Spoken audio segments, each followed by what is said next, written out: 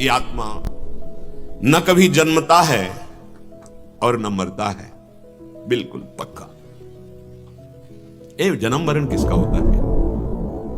सूक्ष्म शरीर, कारण शरीर, स्थूल शरीर तो यहीं रह जाता है। देखो नया जन्म तुम्हारा होता है स्वप्न में, स्थूल शरीर सैया पे सोया हुआ है, आप पूरे क्रियाशील शरीर से होते हैं। दुखद स्वप्न या सुखद स्वप्न, आत्म प्रकाश, स्थूल, सूक्ष्म, कारण, तीनों में चेतना उसी से हो रही है। जागृत, स्वप्न, सुषुप्ति तीनों उसी से, और हुआ करता है। उसका सहज बल, स्वाभाविक बल, ये क्रियाएं, ये चेतनात्मक, जो स्थूल में चेतना, सूक्ष्म में चेतना, कारण में, वो अचाह है, वो करता है, और उसका प्रभाव ऐसा है। देखो नया जन्म कैसे, जब आप सोए तो स्थूल शरीर सैया पे, और आप भूल गए स्थूल शरीर। अब स्वाप्निक शरीर आपको मिला स्वप्न में, आप स्वप्न में देख रहे हैं अच्छा स्वप्न या बुरा स्वप्न। उस समय क्या कुछ बुरा हो रहा है, कुछ अच्छा हो रहा है? क्या आपको ये ज्ञान है कि आपका एक स्थूल शरीर सैया पे पड़ा है? नहीं, वो एक नया जन्म है। थोड़ी देर के बाद स्वप्न टूट जाता है, आप जागते हैं, फिर स्थूल शरीर में आ गए, तब वो शरीर झूठा और फिर विस्मृत हो जाता है। बस ऐसे नया जन्म होता चला जाता है। जब तक आपका सूक्ष्म और कारण शरीर ये बाधित नहीं होगा, आपको स्वरूप बोध नहीं होगा, तो ठीक जैसे स्वप्न ऐसे नया जन्म होता जाता है। लेकिन भयानक दुख का अनुभव स्वप्न में, जब हमारा शरीर स्थूल सोया हुआ है और स्वप्न की घटना भयानक होती, दुखद, अब वो कैसे निपटे? कोई मार रहा है तो चिल्ला रहा है, कई तो ऐसे कि बाहर से चिल्लाना प्रारंभ हो जाता है, लोग दौड़ के जाते हैं, देखते हैं अरे ये तो स्वप्न देख रहा था। बिल्कुल झूठा, ना वहां कोई डंडा था, ना कोई मारने वाला था, ना कोई मरने वाला था। बिल्कुल ठीक ऐसे ही नाटक हो रहा है ये जागृत माया का। हमारी बुद्धि तब ये बात जान पाएगी जब जैसे उसका स्वप्न टूटा, स्थूल शरीर पे जागृत में आया, तो उसको लगा वो झूठा था। ऐसे ही जब आप स्थूल, सूक्ष्म, कारण तीनों शरीरों से राग रहित हो जाएंगे, मोह का नाश हो जाएगा, तब आपको संपूर्ण सृष्टि ब्रह्म सत्यम जगन मिथ्या बिल्कुल वैसे मिथ्या भासेगी जैसे स्वप्न मिथ्या। तुम महान हो, समझो, तुम्हें कोई दुख, कोई अस्त्र शस्त्र नहीं छेद सकता। नैनम छिन्दन्ति शस्त्राणि, इस आत्मा को कोई भी शस्त्र काट नहीं सकता, क्योंकि सारे शस्त्र प्रकृति के हैं और तू परमात्मा स्वरूप है, तेरे में प्रवेश ही नहीं इनका। गोली मारोगे तो शरीर में तो जाएगा, मन को गोली मार के दिखावे कोई, जबकि वो भी प्रकृति की रचना है। फिर जो मन को प्रकाशित करता है उस आत्म तत्व पर किसका प्रवेश हो सकता है? आज तक कोई दिव्यास्त्र नहीं बना जो मन को भस्म कर दे, कहीं भी इतिहास में हमें बताना। और मन, बुद्धि, चित्त, अहंकार, ये त्रिगुणात्मिक का प्रकृति का सूक्ष्म शरीर है। अरे ये अस्त्र शस्त्र केवल स्थूल शरीर को भेद सकते हैं, जब सूक्ष्म शरीर को नहीं भेद सकते तो फिर आत्म तत्व को तो बहुत ही बड़ी बात हो गई। इसीलिए हम कहते हैं चाहे जितना यंत्र बढ़ गए हों, आज तो कोई यंत्र पकड़ पाया जीव का रूप क्या है, कैसा है? चलो छोड़ो, आत्मस्वरूप में तो पहुंच ही नहीं, ना तो बुद्धि की ना मन की। चलो मन को पकड़ लो, दिखाओ कि ये उधर जैसे अल्ट्रासाउंड में लगाया तो स्थूल शरीर के ही अंग आएंगे। आप हड्डियों का भी ले सकते हैं एक्सरा और भी, लेकिन सूक्ष्म शरीर का एक भी अंग आप यंत्रों से नहीं दिखा सकते। सूक्ष्म शरीर, फिर कारण पे तो प्रवेश ही नहीं। और जिसको कारण और सूक्ष्म शरीर, स्थूल, सब में प्रकाश जहां से प्राप्त होता है, उस आत्म तत्व पर आज तक कोई शस्त्र ही नहीं बना। नैनम छिन्दन्ति शस्त्राणि, भगवान कह रहे हैं। बताओ ये मेरा स्वरूप है, कितनी दुर्दशा है। सोचो, बादशाह होकर मांगता घूम रहा है क्षुद्र विषयों को। जितने भी शस्त्र हैं ये सब पृथ्वी तत्व से उत्पन्न होते हैं। पृथ्वी तत्व का केवल प्रभाव इस शरीर पर है, स्थूल शरीर पर, क्योंकि पृथ्वी तत्व इसमें मिला हुआ है। इसमें विकार पैदा कर सकते हैं शस्त्र, लेकिन जिसकी कभी विकृति ही नहीं हो सकती वो हमारा स्वरूप है। कोई शस्त्र नहीं छेद सकता। मान लो बम मार दो, चिथड़ा उड़ जाएगा शरीर, लेकिन सूक्ष्म शरीर स्वभाव और प्रकाश सहित वो अगले में चला जाएगा। उसका कुछ बिगाड़ पाए क्या? ये नैनम दहति पावकः, अग्नि उस आत्म तत्व को जलाने शक्ति पावर ही नहीं है, प्रवेश ही नहीं है, अग्नि के पहुंच ही नहीं है। ये जो अग्नि में जलाने की क्रिया है, ये केवल स्थूल शरीर को, केवल स्थूल शरीर को, क्योंकि 5 तत्वों से बना है ना, क्षिति जल पावक गगन समीरा। अग्नि तत्व आत्म तत्व में किसी भी तरह की आंच भी नहीं पहुंचा सकता, जलाने की तो बात जाने दो। कोई शस्त्र नहीं, अग्नि नहीं। न चैनम क्लेदयम त्यापः, आप जल, जल इसे गीला नहीं कर सकता। जल की पहुंच आत्म तत्व तक नहीं है। जल इस आत्म तत्व में कोई भी विकार पैदा नहीं कर सकता। जल का प्रभाव केवल इसी शरीर पर। न शोष्यति मारुतः, वायु इसको सुखा नहीं सकती। वायु की सामर्थ्य नहीं है आत्म स्वरूप तक प्रवेश पाने की। वायु वहां प्रवेश ही नहीं पा सकती। वायु के द्वारा उस आत्म तत्व में कोई विकार नहीं हो सकता है। पृथ्वी, शस्त्र, जल, तेज, अग्नि, वायु, ये कोई विकार नहीं पैदा कर सकते। तो पंच महाभूतों में तो आकाश भी आता है। भगवान ने 4 ही उदाहरण दिए।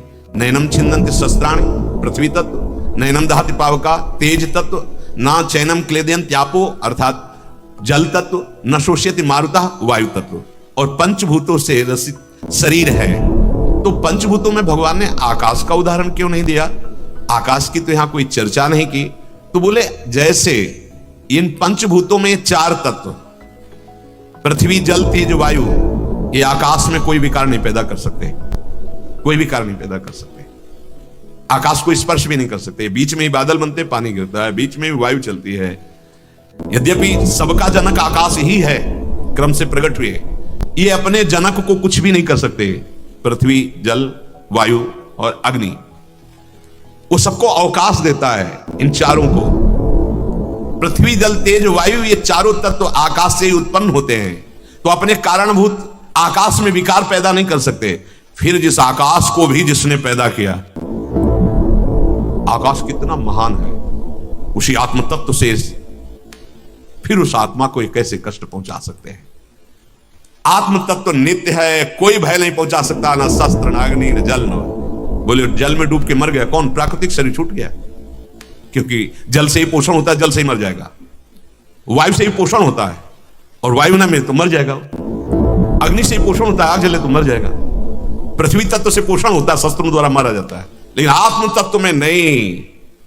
कितना बढ़िया भगवान वर्णन कर रहे हैं। अगर ये समझ में आ जाए तो अभी जीवन में अच्छेद्योय मदाह्योय मक्लेद्यो अशोष्य एवच नित्य सर्वगता स्थाणुर अचलोयम सनातना। ये आत्मा काटा नहीं जा सकता, ये जलाया नहीं जा सकता, ये गीला नहीं किया जा सकता, ये सुखाया नहीं जा सकता। ये नित्य है, सब में परिपूर्ण है, अचल है, स्थिर स्वभाव वाला है, अनादि है। कौन? तू और कोई ले। प्यारे कैसे फंस गए इस शरीर में, कितना फंस गए। मैं स्त्री, मैं पुरुष, मुझे ये आवश्यकता। हे भगवान तू कहाँ है? दे नहीं रहा है। बड़ा नाटक माया का चल रहा है। इस माया के नाटक से मुक्त होने के लिए सिद्ध उपाय है, मान लीजिएगा। एक ही उपाय केवल है। ये ज्ञान सुन लो, धारण नहीं कर पाओगे, नहीं कर पाओगे। धारण तभी होगा जब अखंड नाम चलेगा, तुम्हारे आचरण सही होंगे। पहले शरीर की क्रियाओं को पवित्र करो, आहार पवित्र करो, नाम जप करो, हृदय से भगवद आश्रित रहो, अहंकार मत करो। धीरे धीरे आप खुद इस मार्ग में चल पड़ेंगे। खुद आपके अंदर बोध हो। कितना परमानंद होगा जब मुझे किसी से भय नहीं, जब मुझे कोई चाह नहीं। ये शरीर भी ब्रह्म स्वरूप हो जाता है। जिसकी निंदा की जा रही ना, सर्वम खलमिदम ब्रह्म, ब्रह्मविद ब्रह्म ही भवतु, बिल्कुल ब्रह्म स्वरूप दर्शन हुए हैं ऐसे महापुरुषों के। देखते लगता मूर्तिमान ब्रह्म साकार रूप धारण करके विराजमान है। ये जीवन इसी परमानंद के लिए मिला है। ये छोटे छोटे क्षुद्र भोगों में नहीं। सावधान रहिए। आज दीपावली है तो दीप प्रज्वलित करो, प्रिया प्रीतम की आरती उतारो, भोग लगाओ और बैठ जाओ लेके माला, और 12-1 बजे रात तक नाम जप करो। सिद्ध योग है ये बड़ा परम पवित्र समय माना जाए। इसमें जैसे जो अन्य सिद्धियां प्राप्त करते हैं, सबको रात में जगना होता है, वो उनको जागृत करते हैं। अपनी तो रोज की सिद्धि है। प्रिया प्रिया प्रीतम जी की चरणारविंद का आश्रय नाम जप। कोई भी ऐसे गंदे कार्य मत करो जो लोक समाज में प्रचलित है। जीवन की बाजी लगा देते हैं प्रिया प्रीतम के चरणों में और जीत हमारी होगी, क्योंकि प्रिया जो हमारे साथ है। नागरी दास ही जन्म जितायो बलिहारी बलिहारी। कोई भी ऐसा आचरण मत करो जो तुम्हारे सत्संग, तुम्हारे भजन में बाधक बन जाए। ये लोक व्यवहार, लोक मान्यताएं, इनको सत्य ना मानिए कि वो सब खेलते हैं, दीपावली के दिन हम भी खेलेंगे। क्या जीवन की बाजी, क्या प्रिया प्रीतम।